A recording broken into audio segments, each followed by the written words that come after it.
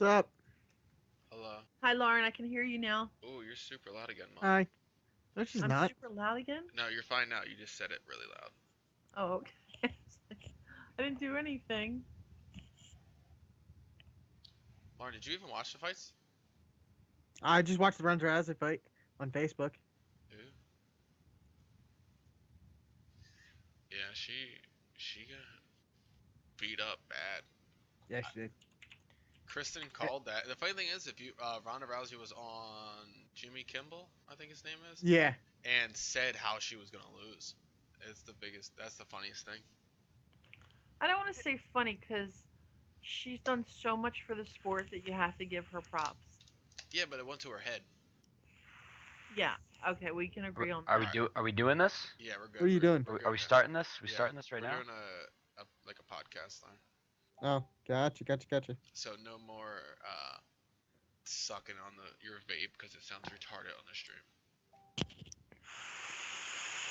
All right, see? Stop.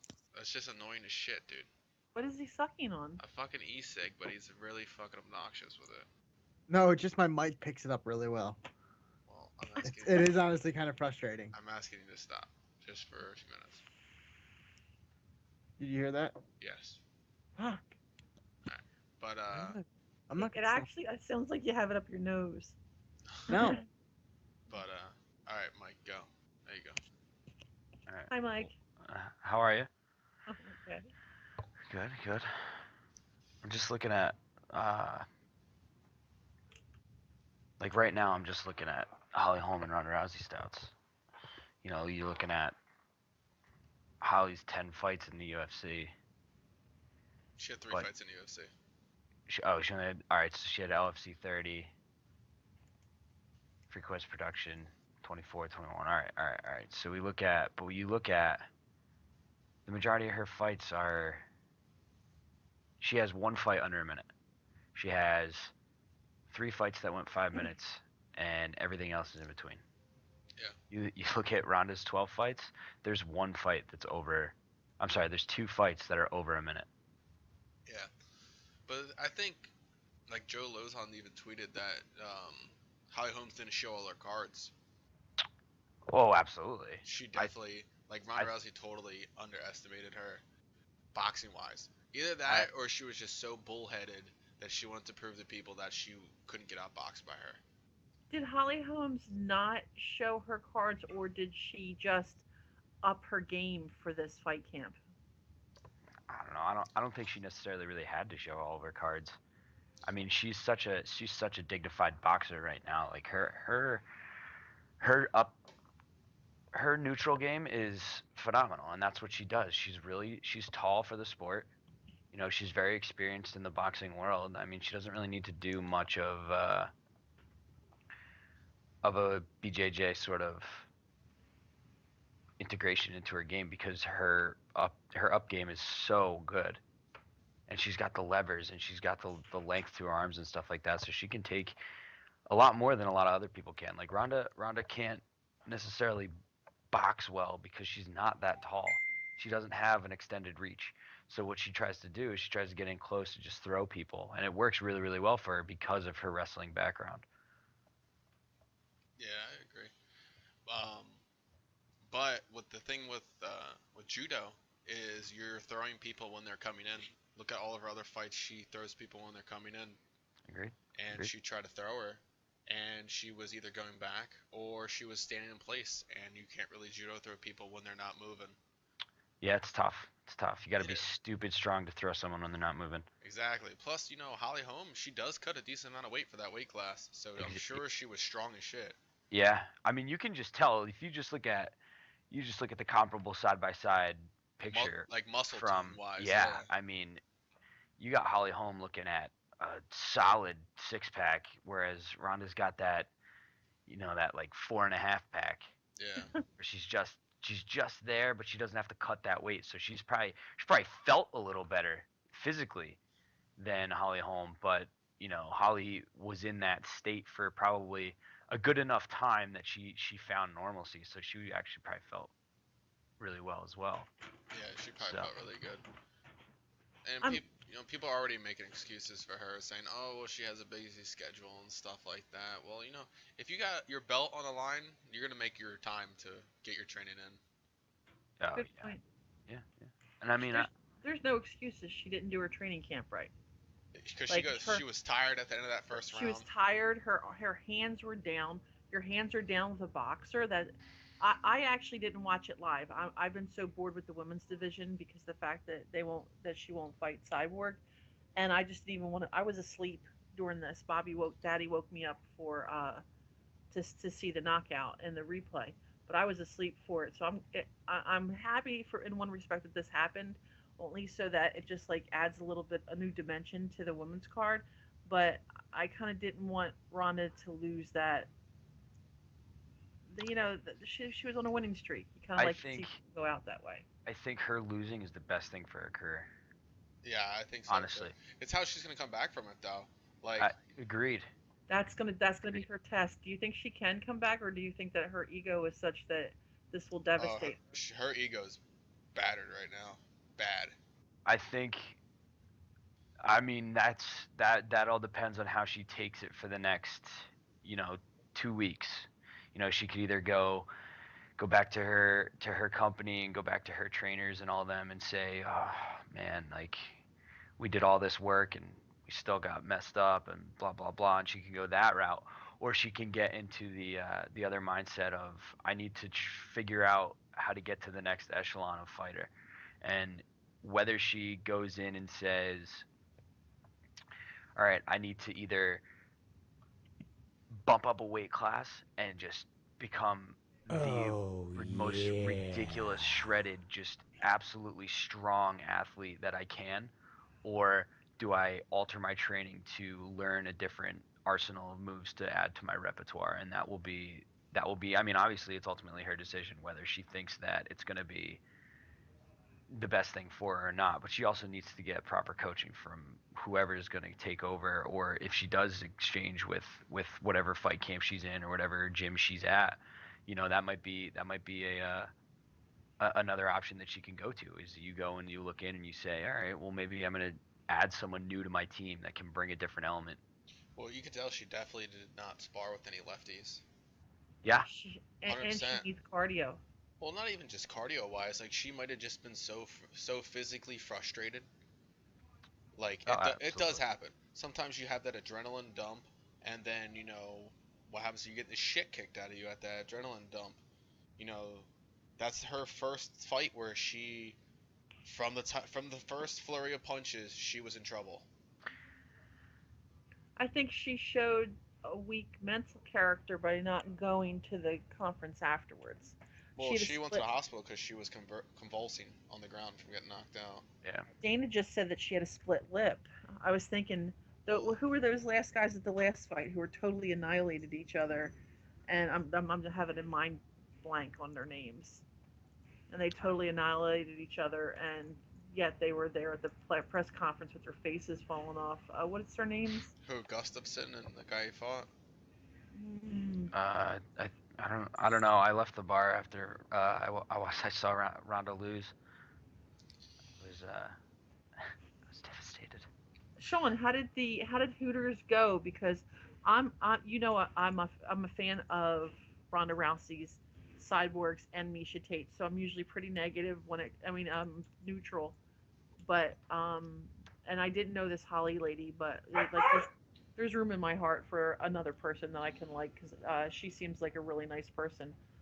Well, yeah. The thing So about Holly Holm is she was going in with, she's probably one of, if not the most decorated boxer in the UFC. Oh, without a doubt. Cause she's what, Without a doubt. like a 4-time or a 3-time world champ in Yeah, she's three different weight classes. she's a phenomenal boxer. That Yeah, literally she evolved in boxing. So she's the reason that a lot of her fights go long is because she has that stamina. She's had almost 40. She said this was her 43rd fight total yeah. that's between Cause crazy. she, boxing and yeah, MMA. she has. Well, no, it would have been her. This would have been her 49th fight, cause she had 38 boxing fights. Cause she's 30. She's 33, Okay. 2 and 3. She has 33 wins, two losses, and 3 draws, Okay. and nine Still, knockouts. Like that's a lot. And plus, she had kickboxing fights too. yeah. Like, she had 3 kickboxing fights. She won 2, lost 1, and now she's 11-0 for MMA now. 11-0. No, 10-0. 10-0. 10 Sorry. and 0. Yeah. 10-0. 10-0. Yeah, her stamina was fantastic. Ronda Rousey was in the corner with her mouth open and So that's just what, a total of 51 professional fights. Yeah, I mean that's so unbelievably.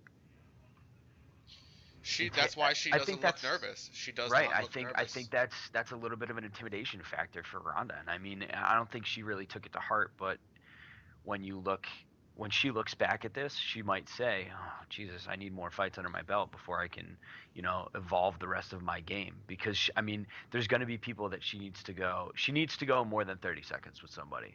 And now I don't know because I'm not a UFC fighter. If I'm not actually in that training realm right now, but my thought process behind it would be that, if you could tech a kid in wrestling, you tech the kid. Well, the thing is that she was trying to have like a pissing contest because everybody said that, hey, Holly Holm's a way better boxer than you. She's gonna beat you the fuck up standing. Right. And what'd she do? She tried to stand and bang with her. Yeah. And that's exactly what I told Kristen the other day. I was like, and I said, that shouldn't be Ronda's game. Like, she mm, shouldn't stand and bang with her. she needed to get her to the ground, especially when she was in trouble those few times. The few times she was in trouble, I was so surprised where she didn't do that. I'm scrambling to the ground so I can, gain my composure thing that you do. Like, even if Um, she went in and try to even just make it a bull rush kind of tactic, just to get in close to her so that Holly had to push back. You're getting into a completely different realm of fight right there. Because as soon as she pushes back, you never know what's going to happen. Holly Holm could pull something out of the back pocket. Like we said, she might have been holding some cards back, but you also don't know because Ronda's judo is so spot on that it could have changed the flow of that fight drastically. Because as soon as Ronda got that elbow to the face, it was she Dude, was. that was a good shot. I think she was intimidated from that point on, and she realized that she was in over her head a little bit because the rest of her game after that was I don't want to say like spotty, but it was very uncharacteristic of what she used to do in her past 11 fights. You know what I mean? And it I was just just think that this was the first person that she fought with really good fighting credentials. yes, Like Sarah McMahon is a phenomenal wrestler. This is right, not wrestling. yeah, We've seen versus other people that are not very good that fight Sarah McMahon. If she don't get you to the ground, she don't beat you. right, Like that girl Cookie Monster that won the one Ultimate Fighter for females. yeah, She can't get you to the ground. She was not. She's not gonna. She's not gonna beat you. yeah.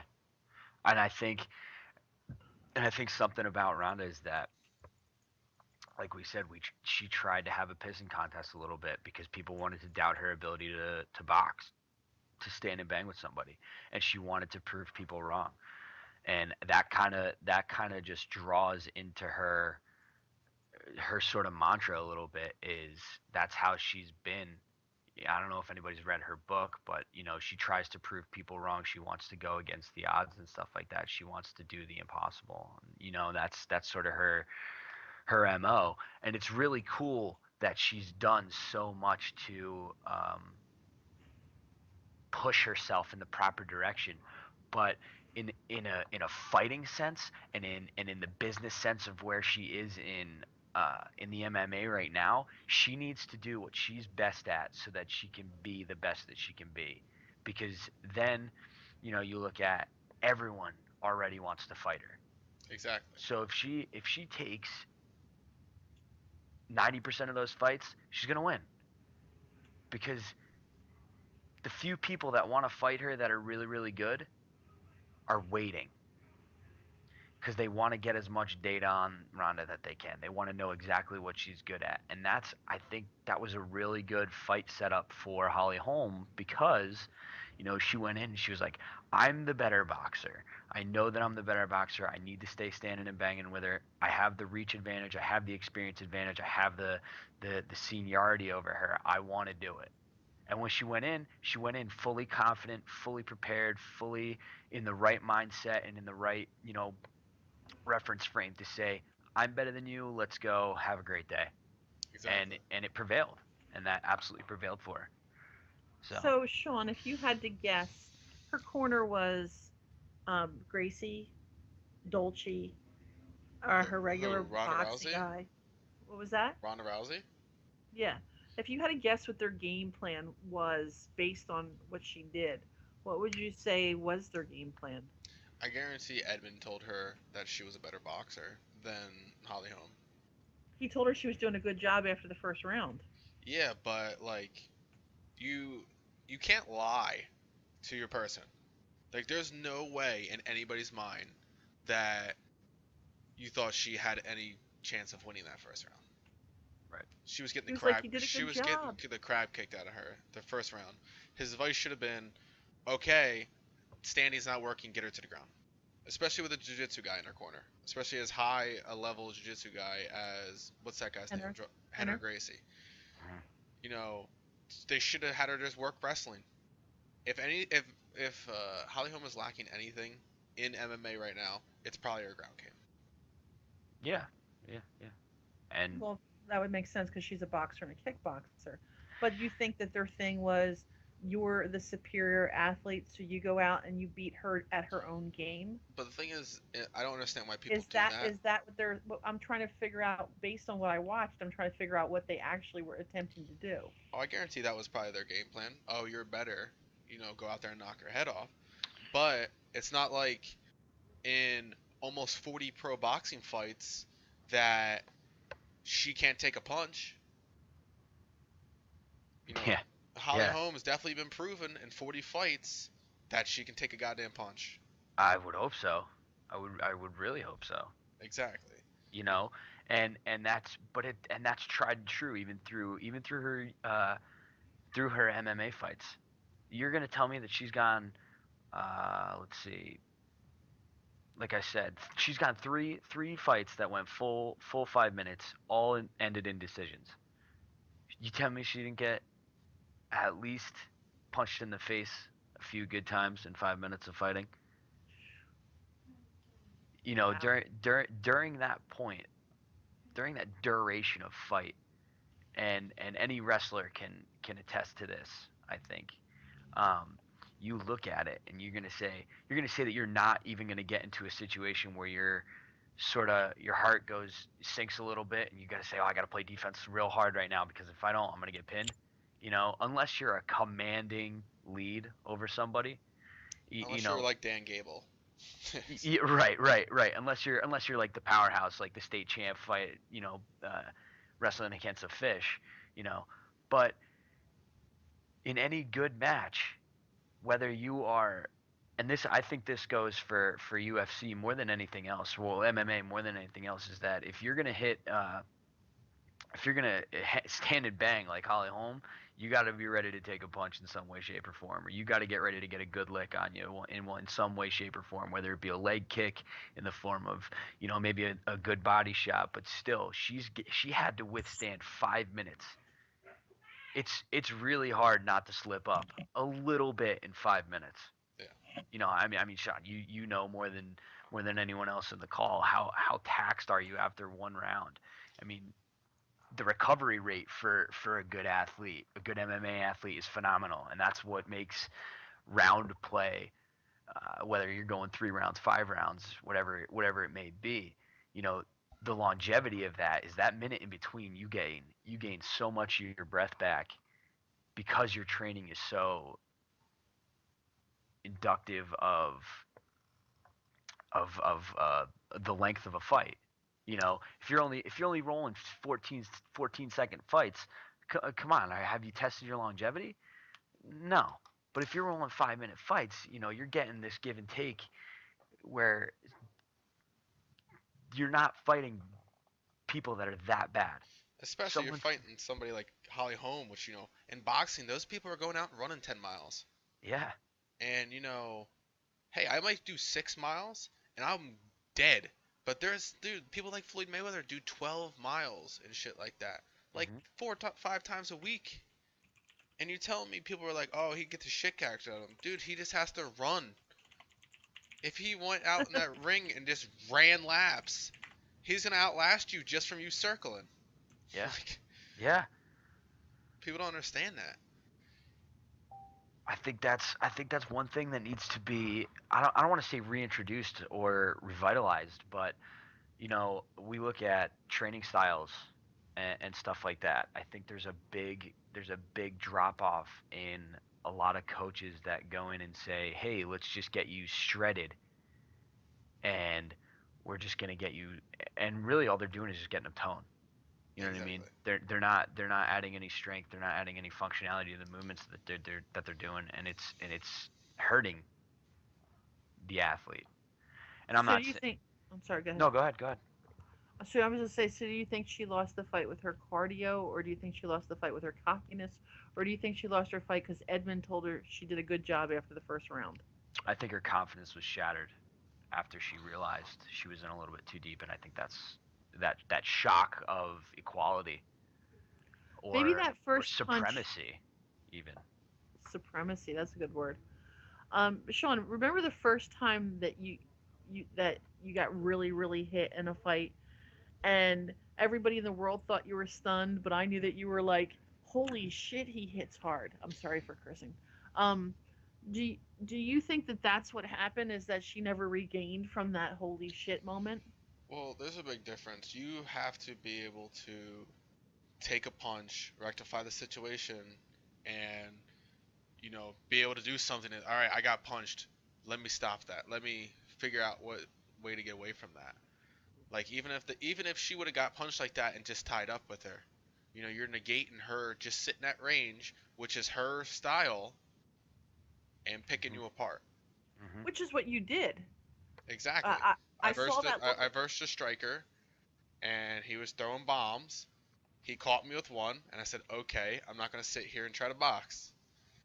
And Yeah. So I don't understand why people get into that thing. Like, it happens a lot, especially in heavyweight. Oh, you rocked me, so I'm gonna sit here and try to go toe to toe and swing back at you. You're dumb. You're dumb for doing that. You sort of. I mean, and this is a lot of people. You hear the term drunk muscles. You know what I mean? That I think that's a pretty accurate term to get Hmm. into this sort of psyche that you're looking at. You come in, you say, "Oh, I just got punched in the face. Well, I'm gonna stand here, take it, so I look like a man, and I'm gonna punch you harder." And when you look at the logistics of an actual fight, if you just stand there and you're not ready for the next one, because they're ready. They just punch you in the face. They're ready to punch you in the face again. Hmm. So if you stand there and say, "Okay, I'm gonna go toe to toe with this guy, and I'm gonna try and punch him as hard as I can in the face," well, now you just got hit in the face twice Exactly. because you're taking too much time to analyze the situation and you're not rectifying the the situation at hand. It's almost a little bit of an inflated hubris. You're like, "Oh, I can do this because I need to prove to myself that I can box." And I This okay, is so how think, you this is how I am hold, in a fight. oh, this is Regardless, let me tell what you did. Sean had his holy shit moment, and then he was like, "Oh no, we're going to the ground," and then that was it. That was like he had his oh no moment, like oh my gosh, and then he said, "We're going to the ground." exactly, yeah, and because with me, it's not a pissing contest. I'm going out there to beat you any possible way that I can beat you. It's yeah, not. I'm not going out there to show all the people in the crowd that most of the people that watch MMA have no clue about what they're really watching, how hard it is to do that. They just see two people swinging punches at each other and don't realize that you're training thousands of hours to be good at this craft. And absolutely. a lot of people don't understand that. They think, people that are like, oh, well, I just, oh, I could do that. It's not a bar fight. Yes, there are Yeah, people out there that are successful that do fight like bar fights. Chuck Liddell, Tank yeah, Abbott, People like that. You Mhm. know, they got lucky with that. But in today's style of MMA, where everybody knows some kind of really good things, you know, it doesn't work anymore. You do have those people in like the local circuits that do just swing over the top and they just randomly clip people. But watch those people fight someone that is an actual MMA fighter that is skilled in every aspect. They destroy them 9 out of 10 times. Yeah, yeah, yeah. And I think a crazy thing that's been going on with with a lot of people now is that they're realizing that you know 1 second, they I'll be right need back. Keep talking. they need to master something and then submaster something else. Whereas, I think that that sort of philosophy used to be I need to perfect something and not be mediocre at two things.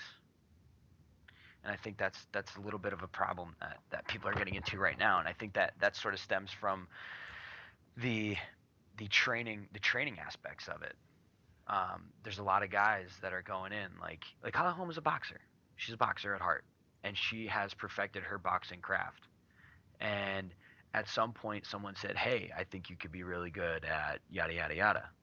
And then someone came in and they said, "All right, well let's train it out and let's do it and let's see what we can do." And she put boxing on the back burner because she didn't need any more practice. She didn't need to practice that many more. It was being toned to the MMA scene through her sparring, through this and that, to get to where she needed to be. But at some point, I mean, she can't be a terrible wrestler. She can't be a bad lockup in the ring. So what we're getting at is she's become a master at boxing, and she's submastered, whether it be wrestling or throws or groundwork in any way, shape, or form. She The reason that she is in the position that she's in the newly appointed bantamweight champion Mm. is because she has submastered another skill. And I think Ronda is still concentrating on the masterful judo that she has, and she needs to submaster something else where not be mediocre at uh, other groundwork, whether it be stand and banging, boxing, whatever you want to call her neutral position. She's a master of judo, and that's what she's done, and that's how she's been, and that's why she's winning fights in sub 1 minute times, because the shock factor of judo is just so crazy. Like Really, with it is. and I think that's why she got popularity so fast, is because when you watch a good judo person, like if you just go watch judo movies on YouTube, you could sit there for hours and just watch how mesmerizing it is, because the shock factor when you hit the Hello. ground in any way, shape, or form is like whoa, It, it's quite violent too. right? And It, that's it it's eh, like where jujitsu is more of a dance, a finesse. Judo is the violent brother of jujitsu. right. I But can attest to that. I can agree. I It's can like absolutely agree Japanese with that. jiu-jitsu. Right. And I think it was cool watching Ronda Rousey just all of a sudden take one step, and all of a sudden, her opponent's feet are in the air, they're on the mat, and she's punching this girl in the face. That She appealed to the masses because she was cool. I think, you know, her like I said, her judo is so good right now. I think she needs to really concentrate on either her standing and banging. She needs to concentrate on, tactics to get into a judo position, or she needs to concentrate on a way to decoy or attack to a point where she can get someone to the ground whenever she needs to. Because I think her problem right now is that she wants to prove everybody to say, yeah, I can stand and bang, yeah, I can box, yeah, I can be in this neutral position and hold my own completely. But she needs to be a close proximity fighter. Yeah, That's her game, she's not a range person, especially with a boxer. especially with someone who's 2 inches taller than him. Well, not even just that. 2 inches taller, that's one thing. But somebody that has almost 40 pro boxing fights, Agreed. that's Agreed. the thing. boxing fights. Plus, she's a southpaw. Yeah, yeah. So you have So 40 pro boxing fights. She has 3 world titles, and she's a southpaw. And she was trying to like beat her in her own wheelhouse, which is what George St. Pierre says is that every single training camp he focuses on what he needs to do to beat his opponent. But when he gets into trouble, he goes back to his bread and butter, which is kickboxing. Yeah. Yeah, Yeah. he says that every training camp he trains something different. But if he gets in trouble, he goes back to his bread and butter. So that would mean that when she got in trouble, she should have went back to judo. Like she should have stopped everything that happened in training camp. Like if Shawn gets into trouble, Shawn goes to jujitsu. That's just what he, wrestling and jujitsu. That's just what he would go to. And like Holly Holmes, if she had gotten in trouble, she would just go back to boxing. But I think that she like lost that rule somehow where she still continued to stand there and bang with a banger. Like that was just the craziest thing ever. Yeah, it was definitely not a bright decision on her part. So I'm just looking up a bunch of stuff right here. Headline comes out to say that Ronda Rousey vows to return, but will take a break after spending night in a hospital following knockout defeat by Holly Holm. And right underneath I it can't says, hear you, but baby, that YouTube video is a little too loud. Oh, I'm sorry. What was that? so I'm just looking up stuff online about Ronda right now, and it says Ronda Rousey vows to return, but will take a break after spending a night in a hospital following knockout defeat by Holly Holm. And directly underneath this, I'm taking this all with a grain of salt just because of the .com that follows everything. Um, there's four bullet points. It says Ronda Rousey needed a gash on her lip treated by a plastic surgeon. Okay, I can agree with that one. Well, because Uh, she's pretty, and you do need to keep her look. She needs to keep. Absolutely, she needs to keep her body image and everything like that. Yeah, she's great. Second bullet point says Ronda was knocked out by Holly Holm in UFC 193 on Sunday. The next one says the 28-year-old was not concussed, but was kept in overnight. I don't know if I believe that one. I mean, that's I don't believe that one because she definitely looked cussed from my angle. from. I mean, I find that a little hard to comprehend as That she you did know. not have a concussion after that? Yeah, There's no way. She didn't get kicked in the face, but she got kicked in the neck. right. And then her face slammed into the canvas, and then she ate 2 hard right Yeah. hands. Yeah. Hard. And her face didn't move off the canvas. No, she went limp. She did. And then went limp. as soon as Holly Holm got up, her arms went straight.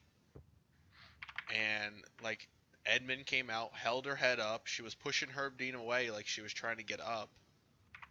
Like she was really bad. And not take anything away from her, dude. She is a phenomenal athlete, but she didn't have a right game plan. Yeah, she's done a lot for the sport, so you have to give her those kind of props. But whoever designed her training camp and their game plan, that person needs to be replaced for her next fight Well, because she should not have. it's her boyfriend. Edmund is her boyfriend. I thought her boyfriend was that other UFC fighter. Who, Travis Brown? Yeah. No. She dated Travis Brown, she dated Brendan Schaub, now she dates her boxing coach. She should be dating me. Oh, there you go. You wouldn't need to be streaming. You would have 1 million followers on Twitch if you dated I Ronda know. Rousey. Yeah. Yeah. But yeah, I don't know. Yeah, Kelly just said over the thing, looks are important. Yeah, so if a female gets their lip split, they definitely need a plastic surgeon to jump through with that. I'm going to ignore the fact that he wants to date Rhonda because I think that that's a common theme throughout. You have that one guy, the guy that you coached in that one jujitsu match. He like does photoshops with those two together. Oh, Leon, yes.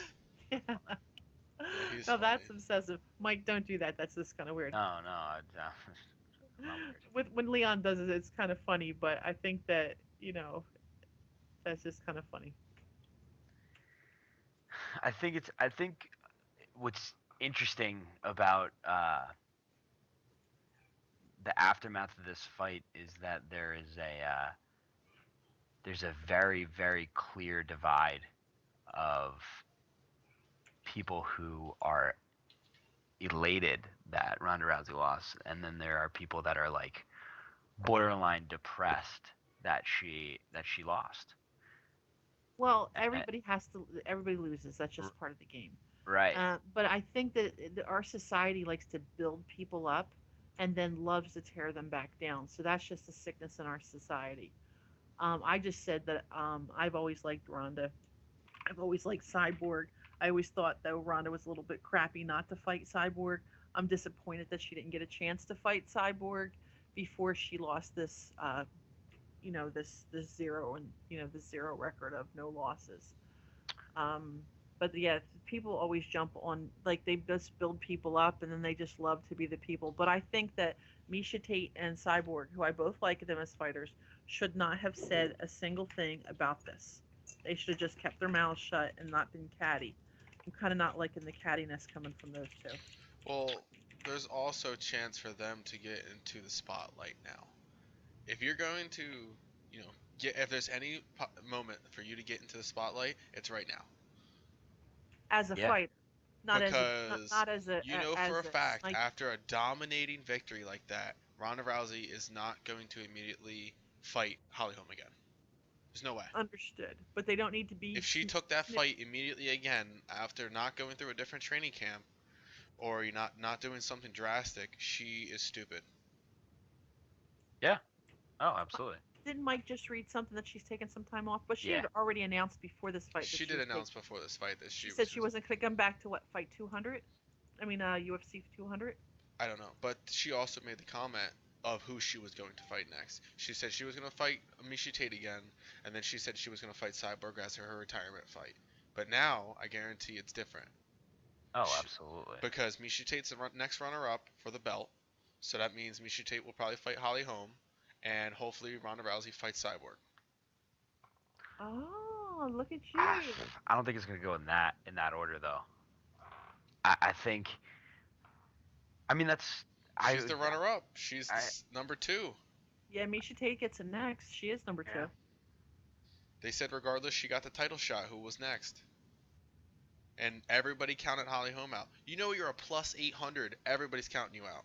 Oh yeah, as you should. But, I mean that would be the preferred course of events. But if she's not gonna come back for almost what is that? She's coming back at 200. She's gonna come back in 7 cards. Like, geez. If you think about it, they have like a UFC like every month now, a pay-per-view every month and a half. Yeah, I mean, which if it's every month and a half, you're looking at A year. yeah, just a little bit over a year almost. So, I mean, that's a lot of time, and in that time, there's gonna be so much slander that goes around. There's gonna be so much, try and make it so that they definitely fight this person, definitely fight that person.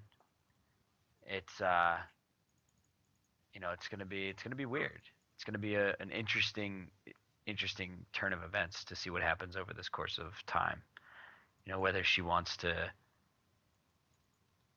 change her mind on who she's fighting, change her mind on who's training her, change her mind on X, Y, and Z. I mean, there's so many variables that go into a training camp, and you should know. I mean, obviously you're in one right now.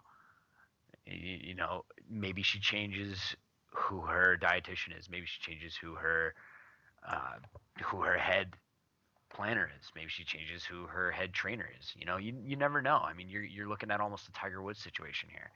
You go from being on the top of the world to now you're sitting as you're beatable. Yeah. Whereas 2 days ago you were untouchable. And that's a good comparison. That sense of mortality almost is what it seems like in the sport. That sense of mortality in your sport makes or breaks somebody. And in Tiger's defense, I'll be a Tiger Woods fan for the remainder of my life and forever until I can't be a Tiger Woods fan anymore. But you know, his absence from golf for a little bit ruined him. And I don't know if uh, if Ronda's gonna take it the same way, because I think she's a still really fresh in her career and really fresh in what she wants to do, and her ideas are still very strong in the way she acts and the way she conducts herself. So I think that she'll come back a little bit with a vengeance to say, and I think that she'll come back with the proper tools to make herself in the best possible position that she can be. And as much of a crappy situation as it might turn out to be, she's going to have to cut some ties somewhere, because you can't tell me that someone didn't tell her something that altered her mental state during that fight. Right. You know what I mean? So someone either needs to take the sunshine and realize that they messed up real bad, or she needs to say, "Listen, I need a change, and someone who gave me X information needs to go." Why did she go from, talking about the lady in a decent way, I'm talking about Rhonda talking about Holly in a decent way, to pushing her at the weigh-ins? Like, why didn't she keep herself? This was the first time in all the whole her whole fighting career that she hasn't, made a huge enemy of the person. Well, Did she have to get into that mode? I think she has to hate you to fight you. And if you guys think it's different, then say something. But I honestly think she has to dislike you to get herself into that mood, because her mom is the same way, was the same way in judo. I've talked to people like Judo Mike from Ricardo's. He's actually been at a few jiu-jitsu tournaments when her mom was there competing. And he said her mom will walk up to people and go, "I'm going to break your fucking arm. You're a bitch," and stuff like that, and push people by their face and stuff like that. Um, because, because she has to get into that mode, or she has to get their opponents emotionally invested. If you look at everybody that she's ever fought, they've all been emotionally invested. That Brazilian girl that she knocked out in fucking 20 seconds or whatever it was, Misha Tate's emotionally involved, stuff like that. Or people that didn't like feed into her hype, and then you get Holly Holm, which, she doesn't feed into all that hype because she almost 60 fights. Yeah, she knows how to emotionally separate herself. She's been at that stage. Right. I guarantee she was making a lot more money with boxing. I don't know what she was making, but I guarantee she's been at those situations, them crazy where people are betting millions of dollars on fights, and she doesn't let that get to her. Because if you look, she had the same face on. Even when they got into that little tussle at the weigh-ins, she had the same exact face on. Kristen called it. What was she? She called it something funny. The "I don't give a shit" face, or or "I'm not amused" face, or whatever Kristen called it, was pretty funny. Yeah, but. And even when Rhonda didn't tap her hands, Holly was just like, "Okay, whatever." Exactly, she had the same face on. Yeah, I don't know if that was the right way to go by not tapping gloves. I mean, you can hate somebody as much as the next person, but I'll tell you right now, there's going to be a lot of people that are going to come down on Ronda Rousey just because she didn't tap gloves. Yeah. Shawn said that that's exactly what Lady Gaga just said. She made it personal. It didn't have to be a personal fight. Yeah, how did that turn personal? But it didn't. All the promotions didn't have it personal. I don't know. The weigh-ins made it personal. And I think Shawn might be right in that regard. Like, she needs to make it so that Ronda needs to make it so that she hates you to fight you effectively. And I think that might be a very hard thing to get over for her, but I think it's something that she might have to do if she wants to step her game up to the next level. Exactly. But you know how I always say people have Ricky Carmichael eyes because of how he was before a race, and Ronda's always had Ricky Carmichael eyes. This, she had almost as if she was doing an impression of herself, Ronda Rousey eyes. she didn't have Ricky Carmichael eyes this time. She was spacey in a way. She wasn't clear and focused like she normally is. Hmm. I think So, that the Holly Holm not feeding into her probably threw her off. Like, oh, uh, why is this girl so confident? Yeah. It's a mental thing. Um, you know, you get into that mental state. You know, like I'm not big getting in people's faces, you know, but some people have to do that. Some people have to, make it personal. And that those are, that worked for her for a while because, I don't think she fought the caliber opponent that Holly Holm is. Sean, in the first fight, was that your first fight? The guy almost didn't make weight, Yeah, that was my first fight. and did Mike? Did he ever tell you the story with that? About his first fight. Yeah, well, it's just that the guy he didn't make weight, but the problem with him not making weight and almost having the fight called off is we had gone for a good 6 or 7 months trying to get him his first fight, Yeah, I and know. I know that his first fight got canceled a few times, and they were having trouble finding somebody. I do know that. yeah, and so then they're telling us that this guy weighed, what was it, 15% more than you, Well, or he came in weighing, he was like 15 pounds over weight limit. And a weight limit is 265. So he weighed in at like I think he was like 280. 27. He was like 279. yeah, so the problem was is that they almost canceled the fight, like the state and everything else like that was, trying to figure out what to do because they almost canceled the fight. If it wasn't for the fact that the state commissioner had known how much, how many fights were canceled on Sean, that he finally just said, okay, we'll make it a catch weight, and that's what they did just to get Sean's first fight in, which we're very thankful for the New Jersey guy doing that. And then, by the way, the guy came in fat, and then he went and ate after weigh-ins. Like he skipped a meal to get to weigh-ins. Anyway, that's just me being catty. Um, Sean was so angry at him that it was odd to see Sean in that kind of a mode where he was just completely angry at the guy because he prepared, he was excited, he almost but he almost didn't have his first fight because this guy didn't do his job. So that Right. was the one time that, but Sean did, he took the not doing weight as a disrespect thing. He didn't take the whole thing as like personal, like, oh, I hate you, you suck, like that type of thing. But I think Rana needs to be in the, oh, I hate you, you suck mode, not in the you did something stupid and almost hurt my career mode. I have to go Yeah. give the dog. I have to go give the dog his shot, Sean. I'll be back. Okay. Yeah, I think I was just about to say. But yeah, I think I'm curious who they will have her fight next.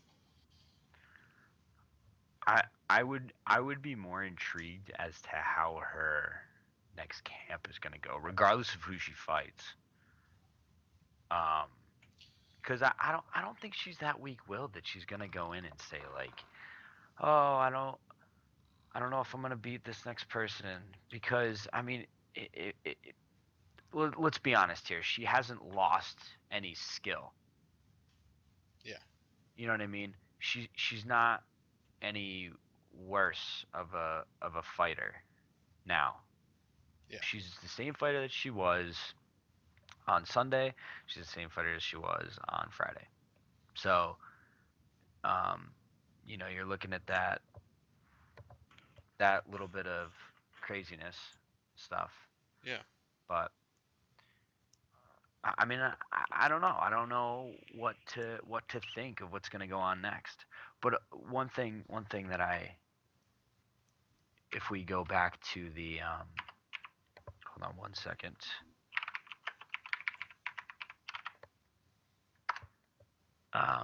We look at Scared the shit out of me. I didn't know it was coming. going back to going back into that realm of, you know, hey, I'm feeding into the hype of the fight and stuff like that. it goes for a lot of sports. They're saying, "Hey, I have a fight coming up." You're sitting in the room 10 minutes before your fight, before you're about to walk out into that enormous crowd of a jillion people because you're on center stage, you are the marquee fight. You can't tell me that they're not getting nervous, that you're not getting butterflies in your stomach. I think, dude, you get nervous all the time. Like, Absolutely, absolutely. And if you like don't I'm get three nervous, some weeks out from my fight, and I will randomly get like, oh crap, I have a fight. yeah, I'm purposely locking myself in a cage with somebody that's gonna try to, hurt you. yeah, that's gonna try to hurt me and make their career better from them hurting me. And I'm not gonna go into the lines of saying that either one of the fighters got psyched out, but I'm saying that I think Holly Holm's ability to suppress the hype and suppress the BS that sort of encompasses uh, that little tussle at the weigh-in, the little itty bitty things, the small punch comments that come from the crowd and social media. I think her ability to shut all that out is way, way, way higher than Ronda's is. Well, if you look at it, how many fights has Ronda Rousey had? 15 total. She had 15. her 3 amateurs and then she had her 12 professional fights. Let's round Holly Holm off to 60 fights. So Yeah. she has had 4 times the fights as her Yeah. at a professional level. And it's not like they were, shit random fights, because she was fighting for world titles, Right. especially in different weight classes. She fought in 3 different weight classes. I think that's the most amazing thing ever. Because you look at, just now the wrestler can attest to this a lot more than a lot of other people, but the difference between wrestling 130 pounds and wrestling 135 pounds, yeah, it seems like 5 pounds. But when you're so in tune and your wavelength is ready for 130, 135 seems like 50 pounds of dead weight. Exactly. And I know exactly how that feels. right, and over the course of that time that you're in the ring, in the match, whatever you want to call it, that 5 pounds starts to feel like a ball and chain and you're sinking to the bottom of the ocean because you're just not used to it. Or in a boxing sense, going from one weight class to a different weight class could be a completely different fighting style. Exactly. People And are going to hit harder in a certain weight class than they are in yours. right, People are going to be taller. Like if you fight, 180 and you're just fighting 180 because you don't feel like cutting weight, you're versing people that are 6 foot tall plus. absolutely, and that reach factor, makes your strategy for the entire fight completely and utterly different than it would be if you're wrestling or you're boxing at a lower weight class where you're going to face another 5'8" person. Exactly. Craziness. But I mean, when you look at brass facts, I think Holly Holm's experience in the spotlight and in the fighting world gave her the victory. Yeah, I think she didn't play into it. That was the biggest thing. Is Yeah. Ronda Rousey has to hate you. She has to make you hate her, which gets her more hyped up. And she didn't. She stayed, stone faced the entire time, like she didn't care. Right. Because if you think about it, Holly Holm had nothing to lose in this fight. Nothing. She was supposed to lose. And this was supposed to be a feeder fight for Ronda Rousey's legacy. And she didn't. She didn't feed into that. She's like, Right. all right, I got nothing to lose. If I go out there and this girl beats me, she was supposed to beat me. But if I go out there and beat her, it's the upset. Mm-hmm. So she doesn't have any of that, that Pressure. super pressure on her. Yeah. Oh my god, Isn't that the ultimate Rocky theme? Yeah, kind of. I think, um, yeah, I think that is absolutely a big Rocky theme. Uh, people are also trying to. I'm just looking at ESPN right now.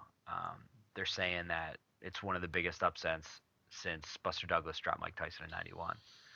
you know, yeah. I mean that's kind of what it's like.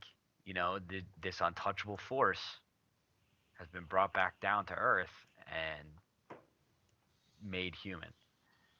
It's like the number one team getting upset by the number 20 team or an unranked team, Yeah. whether it be basketball, football, whatever you want to do.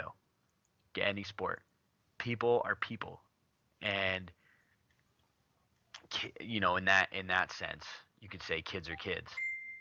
Yeah. You know, everyone will make a mistake at some point, and I Yeah. think Ronda's mistake came mentally because she had the ability to beat Holly Holm, as Exactly. well as Holly Holm had the ability to beat Ronda Rousey. If they took the mental aspect completely out of it, I think you're looking at a length match.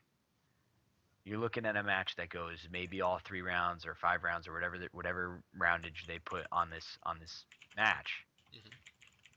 I think you're looking at one that goes to the end, and you might look at a decision match. But I think that you know when Ronda lets her emotions get the best of her a little bit, I think she can either fall on one side of the seesaw. She's either way high or she gets herself caught just a wee bit, and she gets in that systematic sort of downward spiral that she can't get out of, and I think that's what happened. Yeah.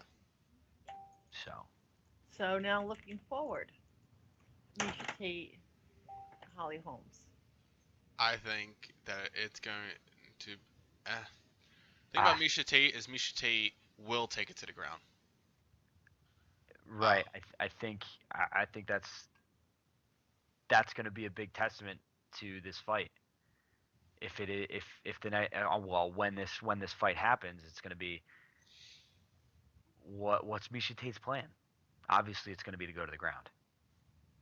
Exactly, because we already proved. It always was proven that But Misha Tate did hit Ronda Rousey hard when she was throwing punches, and then Ronda Rousey always took it to the ground and submitted her. Yeah, I She's think, supposed to. like I said, like we've been saying, I think the hype around this fight was that Ronda wanted to prove that she could box, and I think she chose the wrong opponent to do that to. I severely. And I think if Misha Tate wants to go that route, she's gonna fall in the same trap. And Exactly. I'm not saying that Misha Tate is a bad fighter at all, and I'm not saying that she has a lot less to bring to the table than Ronda does, because she's a very good fighter and she has good aspects to her game as well. But Excellent. Yep. you got to look at Ronda in their second fight. Ronda destroyed Misha Tate, Yeah. and albeit if we go that emotionally invested route again, yeah, she might have been on the high end of that seesaw. But at some point, that ability factor has to come into play. And yeah, maybe Misha Tate might take a different approach to it. Maybe she'll learn a lot from what happened on Saturday night. Um, but you don't know. Like, you have no idea what is going through her mind right now. And albeit you could say that she's pissed that she let Ronda beat her, or that Ronda beat her twice, and she wants to go back and maybe get a third fight with her after this title fight, or she's going to just focus everything into this title fight and say, I don't care about Ronda Rousey anymore. That's not where my mantra has to go. I have to do everything and anything in my power to say I'm going to be the bantamweight champion, and I'm going to hold that title. But then if Ronda Rousey comes back up, who's to say she's not going to destroy her again? Exactly. You know what I mean? Because that was such a one-sided fight. That was a very one-sided fight. And I think that I'm happy to see that Misha Tate and Holly Holm will fight for that bantamweight title, but what happens after that? Is it just going to be a round robin set, and it's going to say, all right, well, Holly Holm lost to Misha Tate. You know, Misha Tate has the belt now. Now Ronda Rousey has the next bid to that belt. You know, Ronda Rousey's gonna win. Then she's gonna fight me, Holly Holm again. And Holly Holm's gonna win, and then blah blah blah. That you can enter that endless perpetual cycle of fighting. But I think if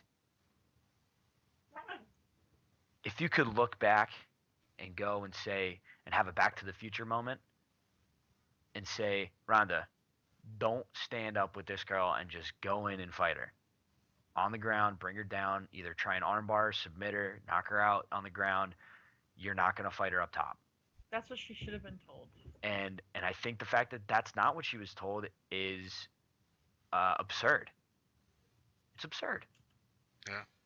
Because who would tell her not to? That's been her game. Is submissions by armbar, which she ties the most in all of UFC for most wins by submission by armbar. And obviously there's some skill in that expertise. So why would you not play to your strengths, especially in a title fight? See, that's what I want to find out. Whose game plan? She has Henner Gracie in her corner. I can't believe that Henner would say, "Yeah, let's do this one standing." Like that just doesn't seem logical. Like whose idea was that? Or does she just say, "I want to take her standing," and everybody around her, because they're all yes people, go, "Oh, okay, yeah, you'll be great standing." Like, is that what happened? Like, seriously, I don't get whose idea that was. I don't know. I mean, you could have a little bit of like Rocky syndrome, and when you watch Rocky 4, he has no business beating Ivan Drago. And this is completely, we're borderlining on fiction here, and That's okay. the wonderful world of Hollywood. But why would you just get punched in the face for 5 rounds? You know what I mean? Like, you're borderlining on this guy getting tired.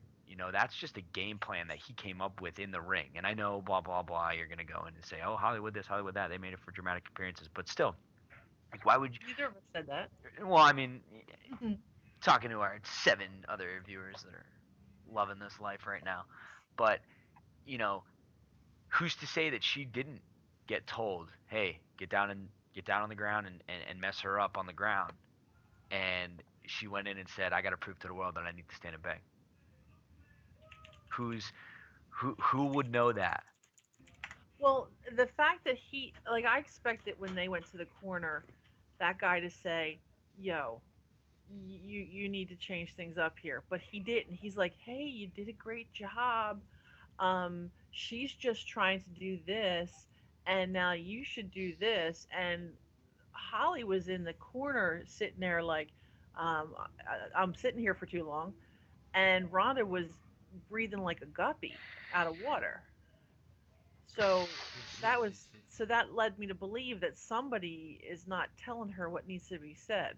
Shawn, I got a question for you now. What? Do you think that? I mean, this is my personal opinion. Is how you're doing. Whether someone in your corner says, "Hey, you're doing great," or "Hey, you're sucking it," how you're doing. Oh, 100%.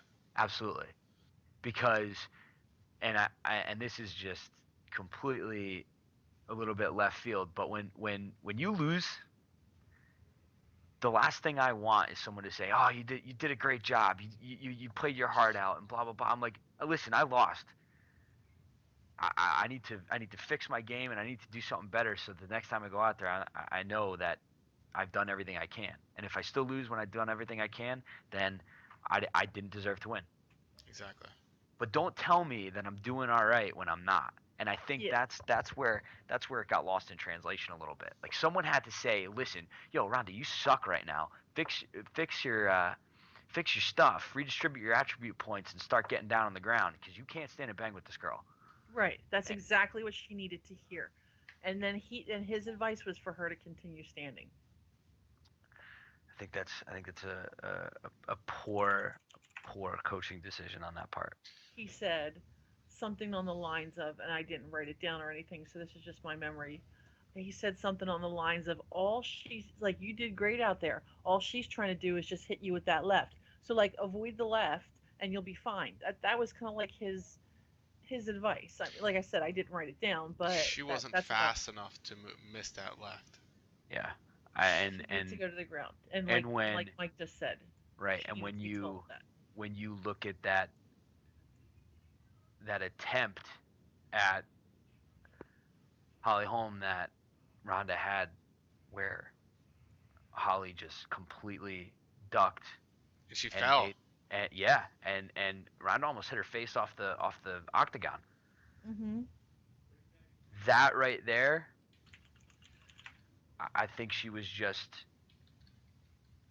flopping around to try and get back in the water Yeah. as a guppy out of water. Because I don't think she knew how to deal with the speed. Because when you look at that miss attempt, she comes back and she tries to go sort of, crazy monkey on her. And she tries to get in close, tries to do this, tries to do that. She gets a kick to the chin. She comes down. That was a brutal side kick to the chin. Beautiful, beautiful kick. Beautiful. And she tries to get one real good punch in. She ducks and weaves. As soon as she comes up, there's already a kick laid right on her neck. Exactly. That speed and that decision making by Holly Holm was just perfect. It was perfect. Hmm. And the only way that gets made is by having 60 plus fights underneath your belt, having world championships, having the background to understand how it's going to happen before it happens. Exactly. So it's crazy. It's crazy. And I think experience is the biggest part that played a role in this fight. Exactly. Dude, experience kills And people. cardio. Yeah, experience and cardio. She Yeah. obviously had no cardio. No. Um, and Holly Holm, you know, it's like Michael Bisping. He openly tells you, "I have good cardio," and you've seen him fights. He will outbox the shit out of somebody for 5 rounds just because he has great cardio. Now his He eyes all says fucked up and stuff. somebody may kick my butt, but they'll never outlast me. That's his thing. Is that somebody may get the best of him, but they'll never outlast him. Michael Bisping. Yeah. Yeah. Well, as a strength and conditioning coach, Mike, you understand, like, what it takes to compete at a pretty high level. Yes. You're a strength and conditioning coach, Mike? I am a strength and conditioning coach. Right now, I'm working with high school football players. I've written a few workouts for a college lacrosse team, and right now I'm doing personal training for everyone from the out of shape adult to the personal training of high school and college athletes.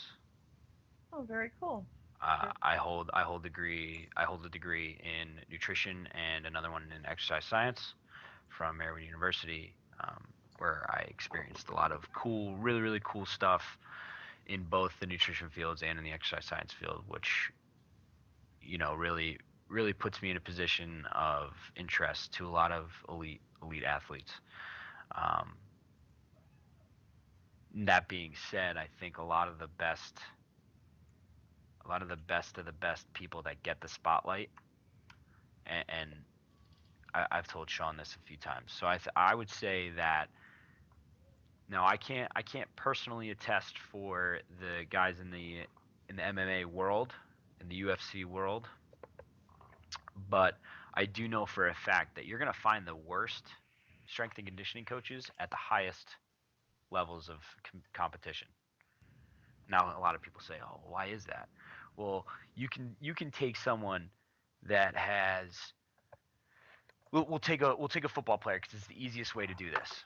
You can take a kid who's 5'6", and Ray Rice is a good testament to this. You can take a kid that's 5'6", that's running a 4.40, that's 180 pounds, who knows he's going to get a Division I scholarship.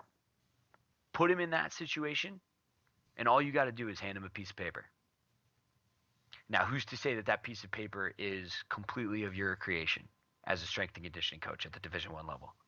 No one, because they don't know. Because there's so much inter-workplace sharing, and there should be, because the fact that some people appreciate the dynamic more than the strength and conditioning part of it is good. So what I like to do is I like to try and create the best of both worlds. So I like to look at guys in the Division I level and see what they're giving with their kids, because it's interesting to compare to the guys that are at an Ivy school or at a D3 school or at some of the best high schools in the nation for sports. But you don't have to motivate that kid at the Division I level. So you're just getting these guys that are sitting back and saying, "Look what I'm producing. Look what I'm producing." Well, are you really producing it, or are you just giving them the proper means to their end goal? You know what I mean? So if you get an elite athlete, like Shawn, like if I gave Shawn a workout, he wouldn't cheat out on any piece of that workout, because he knew that everything in that workout is to better him in his career and in his path to get to where he wants to be. So if I get the kid who, let's just say, Shawn's sparring partner, who doesn't really have aspirations to go to the CFFC, the UFC, whatever organization he wants to branch out into, and I give him a workout and say, "Listen, this is what you got to do," I'm going to have to supervise him, because I don't know if he's going to have that drive and motivation to do everything, and to do everything with proper form, and to do everything to the best of his ability at 110%. So that's where the sort of translation of being a strength and conditioning coach comes from. And a lot of people get this misconception that all they do is just say, "Here you go, that's a workout, do it." And a lot of people do, and that's why I think, a lot of people are getting in this schema of having a strength and conditioning coach is sort of unnecessary. Where you look at these people who at the gym aren't utilizing the tools that they have, and this is just for the general public. You go in and you say, "Hey, I have big muscles, I know how to lift," right? And Shawn, you're gonna appreciate this comment as well. How many times do you see a guy at the gym who's just a big guy who's putting someone else through a workout that says, "Hey, I'm big, so let's go and do this and that and this and that and this and that." Oh, well, me as a personal trainer, if I'm at the Y or at Planet Fitness or whatever gym you go to, you look at them and say, "Your squat form's wrong, your bench form's wrong, you shouldn't be doing that much weight on curls, you're using your back too much." And then you go and try and fix them, and you go and try and give your friendly 2 cents. And it's crappy, because they come back with a backlash. They don't appreciate that because at all. they don't understand how much of a science it really is. And that's unfortunate. And I think that's the biggest piece that's missing, is there's a lot of good guys out there that have great ideas, but they're not being portrayed properly by their athletes. And I think there's a lot of tweaks and stuff that people fall into because they've had elite athletes for so long. So their training regimens become very repetitive, very droll, as a good SAT word. But you can't have a guy go in without cycles. Like, Shawn, you should be doing a hard strength cycle followed by a tone cycle followed by your cardio, so that you build up all that strength you need to when you're not worried about weight, and then you pull everything back into that perspective of saying, "All right, I'm in this really, really good spot and I feel really good." That's You know like what I me mean? right now. Exactly. Well, that's also a huge thing about, going back to the Ronda Rousey thing real fast. Boxers have it into a science where most MMA fighters don't. They realize, like, Yep. Manny Pacquiao's and stuff like that. All right, we're gonna do a 5-week camp because we know you plateau at this date. We know you're in your best physical condition at this date. It's a science, and a lot of the MMA fighters don't have that science part down yet. Yeah, I think that's where I think that's really where the sport's going. But there hasn't been enough people to last long enough with a consistent person to say, I know that I plateau after 5 weeks. I know that I need to do a lot more cardio to reach over my plateau, and I know that I need to do X, Y, and Z to maintain my achieved plateau and excel above it. And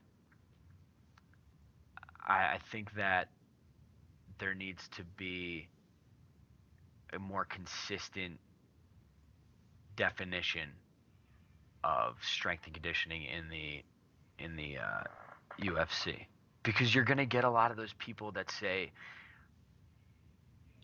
I'm gonna do I don't need to be the strongest at my current weight. I need to be the fastest at my current weight. But a lot of people are getting this misconception that you need to bring in you need to bring your strength so high and then hone it, and that's what turns into speed. You know what I mean? Yeah. So I think that's tough. I think that's a tough part that you're looking at right now. And that's where it needs to be altered, I think, and needs to be honed up a little bit. And this is just me being, my personal opinion about where the sport is right now. But I think there could be some really really cool things that come out of UFC in the next few years, especially if they get that very delineated cycles and very regimented programs for themselves. And that's a big job of a really really good strength and conditioning coach, is figuring out the intricacies of everyone's training plan and figuring out how diet affects how they're going to perform, and knowing that the diet aspect of what goes on in anybody's life is trial and error. It's not like paleo is going to work for everybody. Yeah, it'll work for everybody, but will it put you at your physical peak? Probably not. Whereas, Sean might benefit more from a modified zone diet, whereas I might benefit more from a 5 and 2 fast dieting, or maybe a modified Atkins would work well for someone who likes to do a lot of cardio and stuff like this. So you never know what you're going to get with any given person. So you have to really learn and adapt to the person that's going on and on and on in your training regimen. And I think that's a little bit tedious at times, because you never really understand how you're going to get things done until you've experienced a lot of the same things with the same athlete. Yeah, that's a big thing. Is that people, especially in MMA, people switch camps a lot. Right. Plus, I think what that stuff you're talking about, you bringing in a lot of training partners. You're paying your coach to basically do like, what Mike Dolce does, cooks all your meals, goes to every practice with you. Realize if you're physically exhausted, all right, you need to skip this practice and do this, or like you were saying the other day, nervous system fatigue. You know, I've been in training for a while, never even heard of that one time. Yeah. What is nervous system fatigue? Sean, you want to explain it, or you want me to again? You can do it. All right. So, I mean, when you get into this concept of, all right, Sean wakes up on Monday, goes to, what do you give me your Monday and Tuesday. Strength and conditioning with Mike. So strength and conditioning in the morning. I have a really good cardio and very lightweight at night. Tuesday I spar crazy hard in the morning, roll a bunch of rounds of jiu-jitsu. Then at night I do boxing for an hour, and then I have team MMA, which is jiu-jitsu, a little bit of sparring, Muay Thai pads, stuff like that. Hmm. And then you work. Yeah. So So, you, so so so on Monday so yeah, right. So on top of that, you're working. yes. So when you look at his schedule, you would say, "Holy shit, that's a lot of stuff that's going on in his life," and it is. because he's not partnered with the UFC yet. Fingers crossed. And he's not rolling in huge checks from a fight. And he's got to stay afloat, and he's got to live his life, and he's got to be, in this working membership of society, until maybe he gets to that next level. And hopefully he does, because I know I'm talking back and forth with you. You're putting in all this time and effort, and I hope that everything that you're doing is sounding correct. And you've bounced some stuff off of me, and I told you my opinion and stuff on it. But so we get into this nervous system fatigue, and you got to understand, like, at some point you're mentally tired and not necessarily physically tired, because your body's in such good shape. So who's to say that when you're at the gym for your team MMA on Tuesday night, the last possible thing that you do in 2 days, if you're up late, or if you've worked extra hard at work on Monday, or something goes along that way, mentally and neurologically, you might not be performing at your best, because one of two things is happening. One, you're looking at, wow, I did a lot this week, and I think I had a great week of work and blah blah blah. Where your main focus should be, all right, what move do I do next on this kid? And secondly, is you're looking at, you could even go as deep as looking at muscle fiber types. When you're mentally tired, the product is going to be a little bit more that you're going to use type 1 fibers, because you're in a relaxed state in your mind, because you're tired, not because you're not physically demanding X, Y, and Z of your body, but you're looking at this process to say that I'm just mentally drained, so my response time is going to be lower. My punches might be a little bit softer. They might not be exactly on point where they need to be. Your decision-making processes might be 0.5 seconds slower. But 0.5 seconds in that Rousey Holmes fight could be the difference in a knockout and a continuation of that fight. Exactly. So, you never, you don't know how tired Ronda Rousey was. You don't know how mentally tired she was due to the fact that she was caught up in social media. You don't know how much of a home life, quote unquote, had to play a role in what was going on in her mental state. So you're looking at all these different factors that come in and say, maybe she was off a little bit. Maybe she wasn't in her definitely whole looked game. off. because she was mentally tired, because she didn't have a great camp. Or to say that Holly Holm was in the perfect mental state because she's been exposed to that experience so many more times that she knows how to mentally click and turn the switch on and turn the switch off, so that when she's not caught up in the exact limelight, she's not using her mental energy. She's, just going and taking it day by day and going with the flow. But when it's time to get underneath those lights, she turns it on and she goes full bore from whistle to gun. So, you never really know what's gonna go through someone's mind. And no one can really influence that besides them. And that's the crazy thing about being mentally tired, is how many times do you wake up at 6 o'clock in the morning and say, I'm ready to go, I'm ready to go, I'm ready to go. And then that 8th day that you wake up at 7 o'clock in the morning or 6 o'clock in the morning, you say, oh, I can't wake up right now, I'm so tired. And that's probably one of the best examples, is for someone who has a perfect 9 to 5 and they have an hour-long commute. So they have to leave the house by 8 to get there perfectly at 9, and we're saying there's no traffic.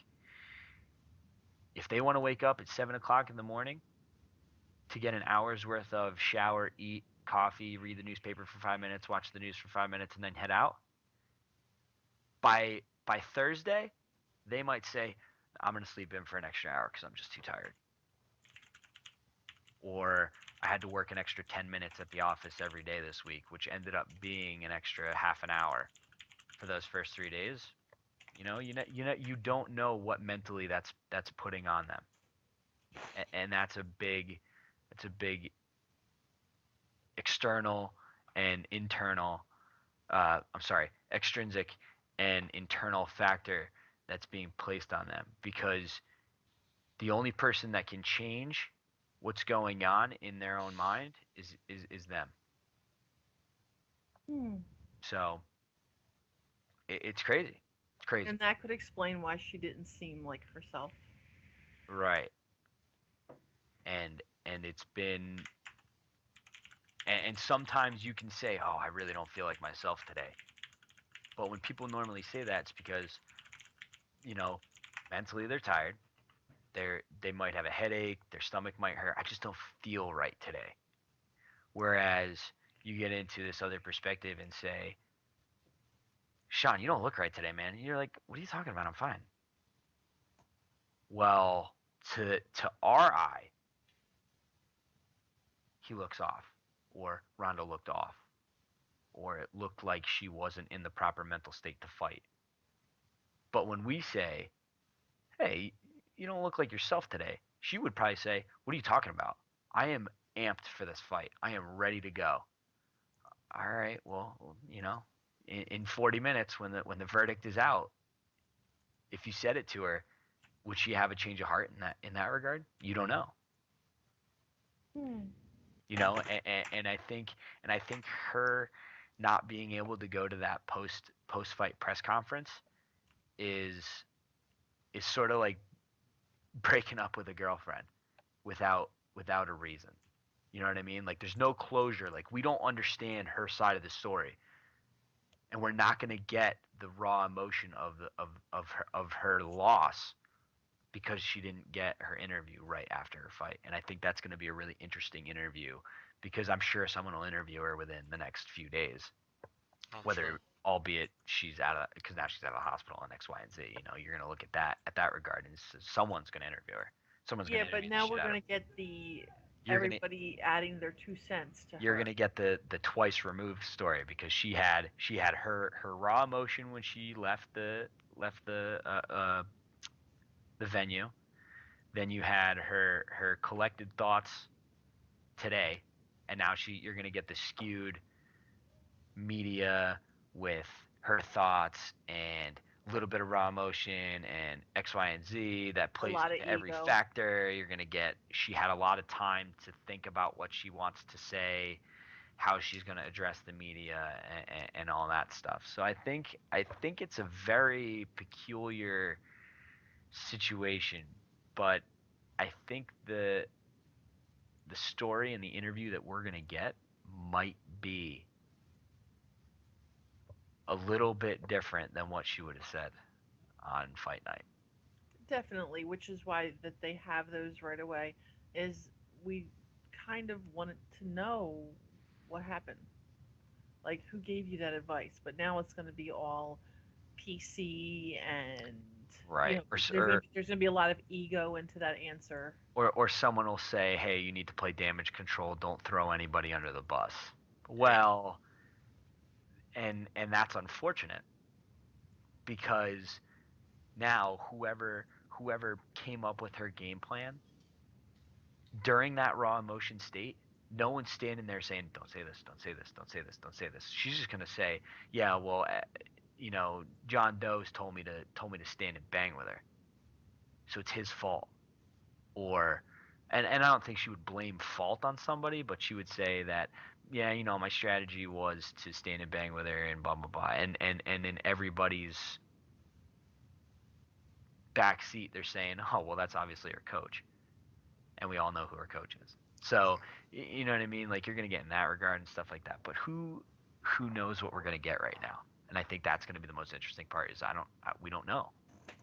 We don't know what we're gonna get.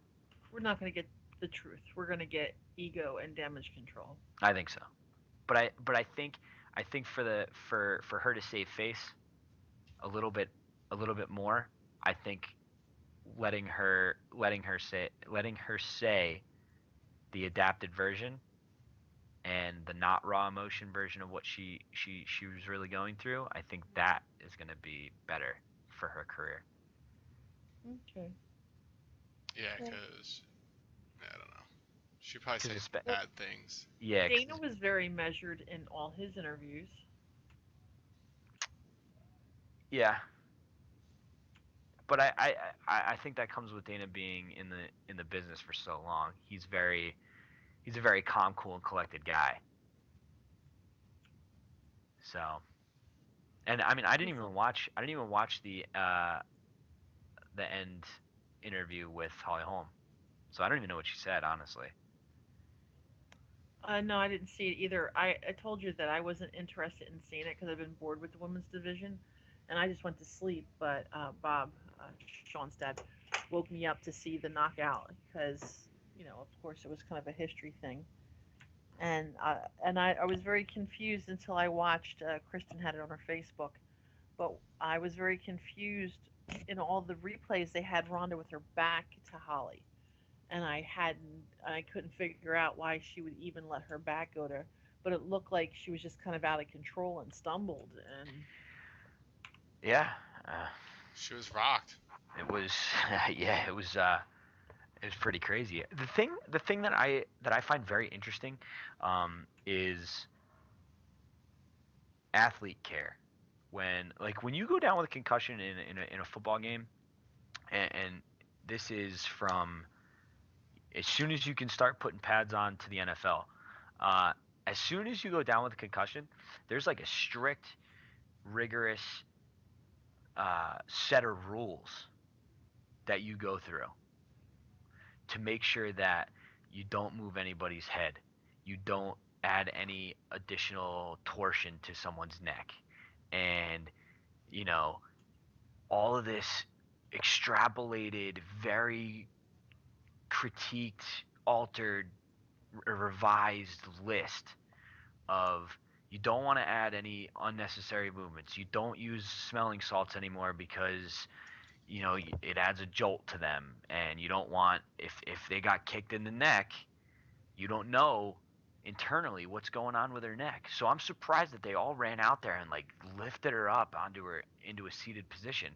Because if she moves her neck the wrong way and there's actually something wrong with her neck, she could, pinch something in her neck and potentially be paralyzed.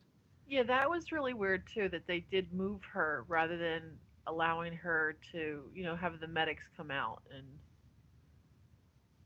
Right. And I mean, I don't know what the protocol is. Maybe they have a lot more science behind what's going on, or they have a lot more um, experience with how to deal with every little situation that arises in that situation. But I mean, from all the literature and all the experiences that I've seen, been a part of, uh, had to go through, had to learn, et cetera, et cetera. If you're unsure, they in a football game, if you're unsure, they spine board you and they take you off the field. Like you're getting put on the spine board, you're getting carted off the field with a neck brace, et cetera, et cetera, et cetera. Like that's how it goes. Like they don't want to play with with anything above the shoulders. Now, if you get like a back spasm or something like that, it's different. You can go in and you can say, all right, this is what we're gonna do, blah blah blah. Or if you get a cramp, they're moving you, they're putting you in the laid position, they're stretching out. There's very easy protocol for stuff like that. Like if you break your arm, they're gonna set it right there. If you dislocate your shoulder, 90% of the people on site that are in that position know how to put a dislocated shoulder back in, and they're gonna do it right there. So that's why I'm really surprised that they all stormed her and sort of sat her up right away and got her to where she was. And I was, and now knowing that she went to the hospital post fight for not only her lip but because she was, Sean, you said she was convulsing. That's what they said, that she was convulsing on the ground.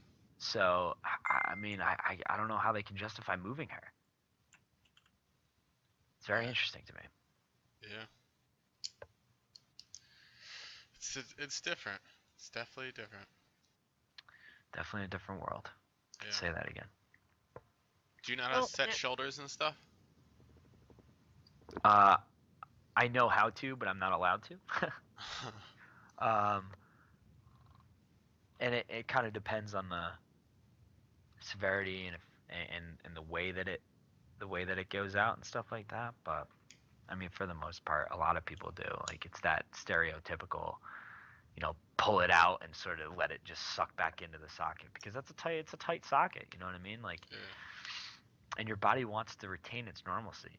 The one thing, the one thing that I must say is that if anybody ever dislocates their elbow, that's the only one that it's like you might have to get put under to do it because there's so many like veins and arteries and nerves that run across the inside of your elbow. It's bless you, Lord.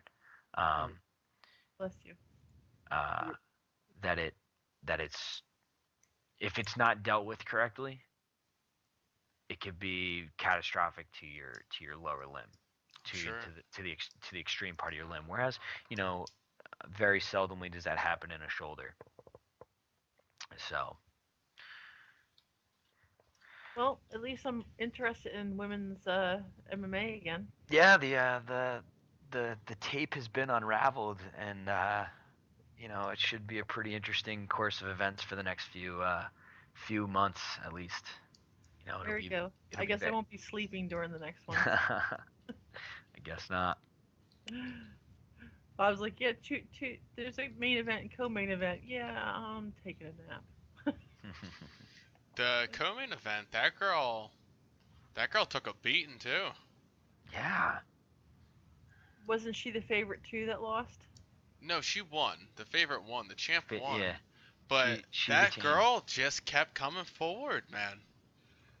That girl was taking a beating, Yeah. and she just kept trudging forward. That was a cool fight to watch. Yeah. That was a cool fight to watch. But All right, gentlemen, I am going to sleep. You guys can continue without me. Yeah. But I appreciate the chat tonight. Thank you very much for your time Kim, tonight. thank you. Thank you, Shawn. It was awesome. Good night. Good night, Kim. But that's definitely something that needs to be implemented in MMA. Because like having like set training camp stuff. Yeah, man. Like what they do for boxing. Like that's why I was so interested. Like so many people, the only person that's really doing that right now is like Mike Dolce. Right. And I think it's pretty interesting that a lot more people, I would say, aren't indulging themselves in that lifestyle and saying, "Hey, I'm gonna try you out, and in my tryout with you, I'm gonna stick with you, like a golfer does his caddy." Mm-hmm. You know what I mean? And the golfer relies on the caddy a lot for a lot of crazy shots that go on and a lot of this and that happens during the course of 18 holes. They're in their ear. They're helping them out. They're logistically piecing together their strategy as the round of golf goes on. And I think as much as the coach should be involved, as much as the strength coach should be involved, because if they're not monitoring their workouts with like a heart rate monitor just to measure how intense they're going and to see how long they can last at the highest intensity that they can when they spar or when they box or when they're in MMA team MMA practice or when they're just even if they're just lifting, I think that right there will be a clear indicator of how hard they're taxing their body every time they work out. Yeah, I think that would be a really good thing for like somebody like you to get into. Yeah. Because if you think about it, now Mike Dolce is literally the only person I really know that does that. Mm-hmm. And that might just be because he's the more famous of the people that do that. But strength and conditioning coaches and stuff like that, normal ones don't do that. Yeah. And I think that's a big leap into that realm. And it probably is tough to start out doing that. You got to find I don't know if you can just find one. You got to find like a camp that 2 or 3 guys call home that you can say, listen, like I don't know if I'm gonna cook all your meals for you, but the front runner of you guys is gonna get a little bit more of the love. But for all two or three of you guys that are in this camp, I will treat you all the same way during strength and conditioning time, because that would be a very smart thing to do. Because if you did it for one person, it's probably tough. It's probably really, really tough. I And like that's to what start like out, Dolce was. Yeah. to start out, I mean, and because Dolce is taking on one person at a time. You know Mhm. what I mean? And but the people that he's taking on are highly established fighters, Oh yeah, I'm and sure the that's paycheck he's getting from them is nuts. yeah. I mean, and that's why I think it's tough. Like so, like if I did that for you, and then there were two other guys that had CFFC bids in uh, in the same general time frame, I would train them in a very similar sense as I would train you. But Mhm. you would be my guy. You know what I mean? Yeah. So like it would say, all right, well I can do three types of workouts. I can do three types of regimens, and I can still stay focused on my number one. Yeah, you're not spreading yourself too thin. Right. I like how you just picked your cat up. Yeah. Sorry, I had to. It's She alright. was. But yeah, man. When you come back to New Jersey, I would love to try something like that.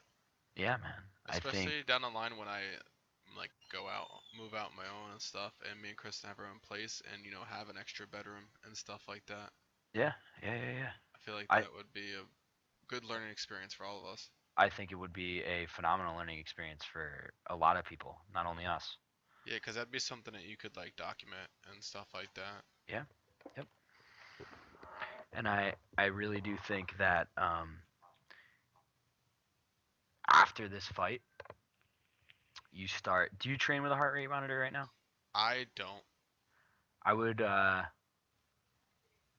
We can talk about that in a different segment if you want. More in depth. I mean, I'll talk to Mhm. you about it. We're not on stream and stuff like that, but um, I think that would be a cool way to sort of understand your own, and you can sort of gauge yourself on how much you thought you got out of it and how much you actually got out of it. Yeah, because So, sometimes it's more mentally tough than it is physically tough. right, and if you see, and I think a satisfying factor is if you see that you're in the 98 percentile for 40 minutes out of your hour, you're like, that was hell. And Well, like, what's like your I like a normal person's max heart rate? a normal person's max heart rate is 220 minus your age. Okay, so So like 197. yeah, but in your physical state, you could probably hit 202 to 215, maybe 210 would be like your, all right, I'm gonna pass out if I do anything else point. Yeah. But as a strength and conditioning coach, that would be a really good way to gauge how much you're getting out of the current sparring sport, whatever you know aspect of training you're doing right there. And they should know, and they should be able to adapt and identify what would be too much, what would be unsafe, all based on heart rate. Like you don't even need to look at somebody. I could sit at a desk. You could be out on the floor training, and I can have your heart rate in front of me as I'm doing something else. And if I see that your heart rate's been at, if your max heart rate is 200 and you've been at 230 for 40 seconds, I'm gonna come out there and be like, "Yo, what the hell's going on?" Hmm. You know what I mean? Like, and I can identify and examine what your bodily state is. Yeah. So, I mean, that would be something that's really cool as well. So, I think that would be an awesome way to adapt and alter training as the sport goes on. I think that would make a really cool like series of videos, like YouTube series, Yeah, yeah, yeah, because nobody's really doing that at all. yeah. No, I mean, which you I don't think even really see that at like super high end camps. You don't even see that. I think it's a little bit lost by the wayside because like I said, same thing with Division One uh, strength and conditioning coaches. Like when you get into a sparring session, you're not one to be like, I'm gonna go 50% today. When you spar, you're gonna spar, Yeah. and you're gonna spar as hard as you can. But now, like if you get someone who's looking at that kind of stuff, you're gonna say, Shawn, pick your shit up. You need to be sparring harder. Like push yourself. Try and get a little bit faster today. And then maybe you're gonna push, and your heart rate's gonna get up a little bit, and then you're gonna get more out of the session. Yeah. Whereas if I'm sitting here and I'm letting you slack off at 170, like, all right, dude, 170 is not hard for you. Get your heart rate up to above 190 and crush it. We're gonna go in 3 minute increments. If at any point in time you drop below 185, you need to pick up your stuff. And that would not only be up to you, it'd be up to your sparring partner and your sparring trainer. And that's where everybody on that team needs to be on the exact same page. Yeah. I So, 100% agree with that. and I think that's what, like, that synergistic relationship is what would drive a repeat camp to be a little bit better than, I want to go to your camp, and then I want to go to your camp, and then I want to go to your camp. You can't be like Oprah going to everybody's camps or handing out camp tickets. You know what I mean? Exactly. Like, if my camp is good enough, we're gonna pull in Ronda Rousey. If Yeah. my camp is good enough, we're gonna get Chuck Liddell to come back and be a trainer, or we're gonna get BJ Penn to come back and make an appearance at my place to be a trainer, or X, Y, and Z. Or Dana White's gonna come over and say, "Yo, what are you doing? Like, you're doing a good job." Yeah. You know what I mean? Like, and that's at the highest of high scales, but you know, people shouldn't you shouldn't ask people to come in. People should ask you to come in. That's Exactly. how you should run your camp. And you need to evolve that. And your first few people that you go into, you're going to say, "Hey, I need a high caliber athlete to come here and train with me so that I can get my name out there and my foot in the door a little bit." Yeah.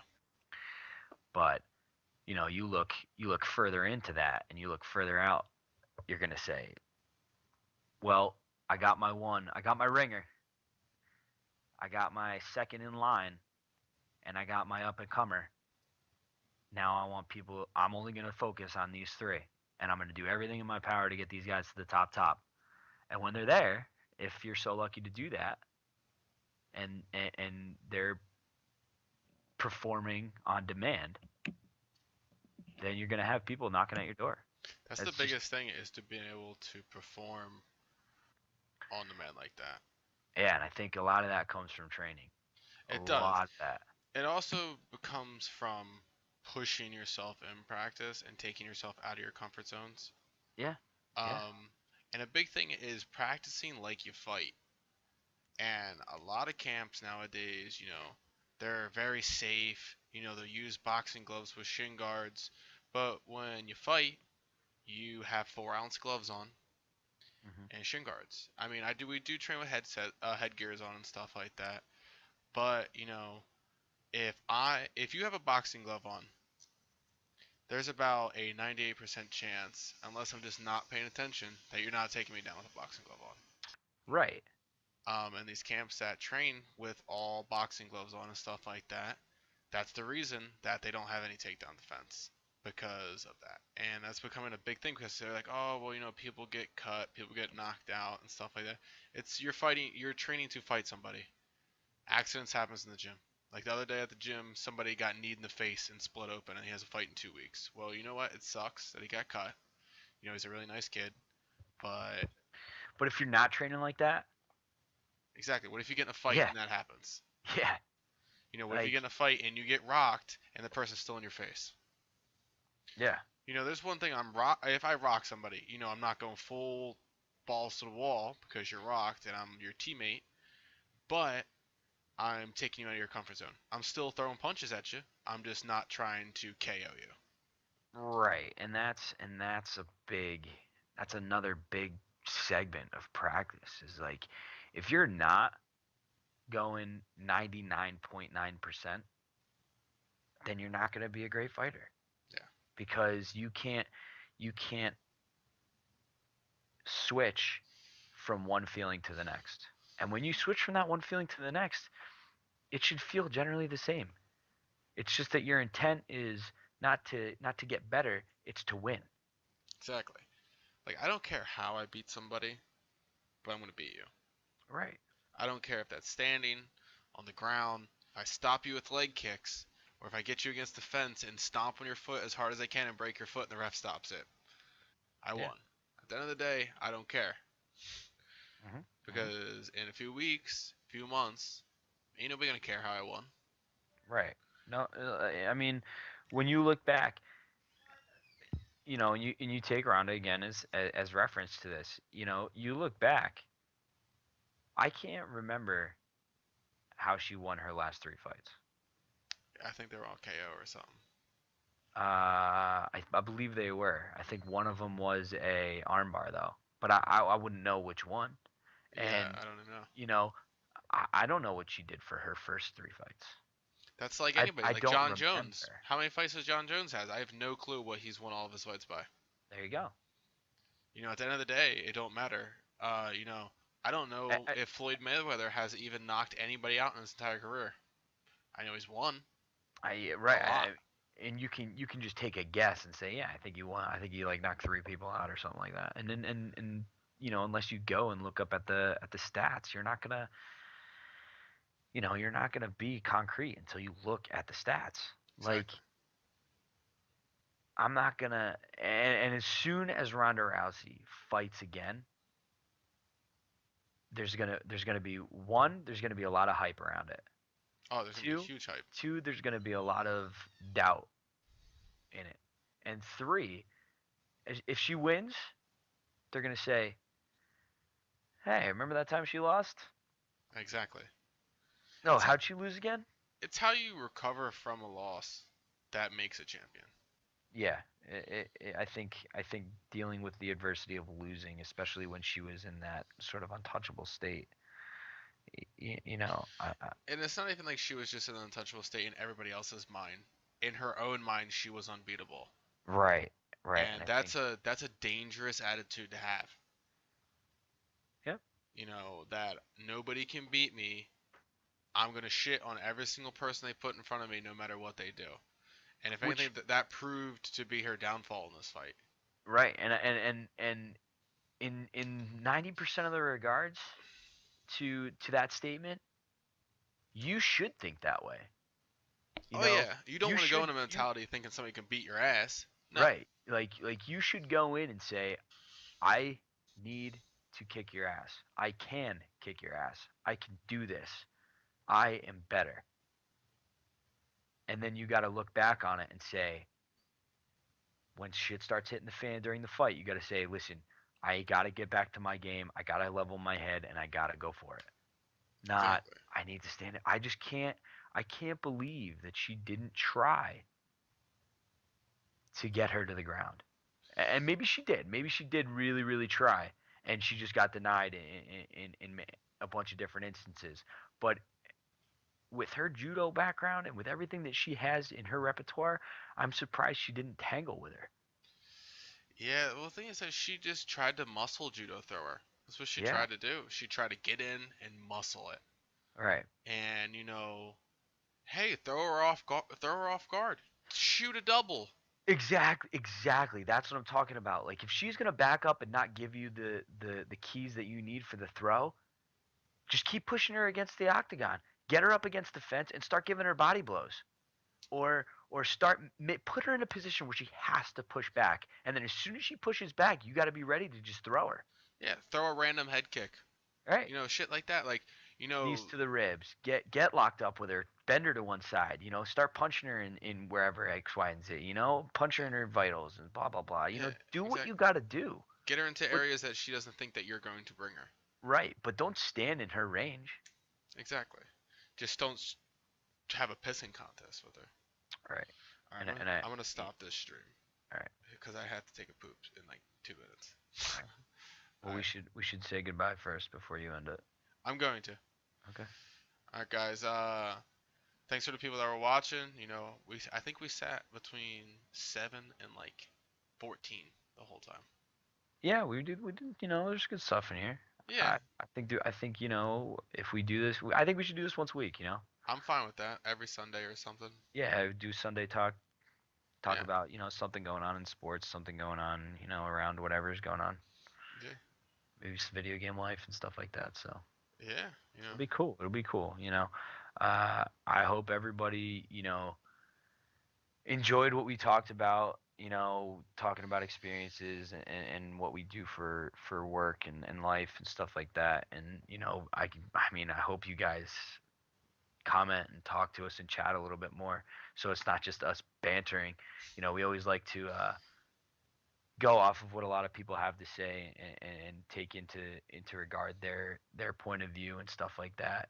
You know, and we're both pretty intelligent human beings. I hope that you see that we can sort of guide you guys if you have any questions and stuff like that. You know, Shawn has the experience of an MMA fighter. I have the experience of strength and conditioning and working with a lot of athletes and stuff like that. So, you know, in the sports realms, you know, I think we're both pretty smart.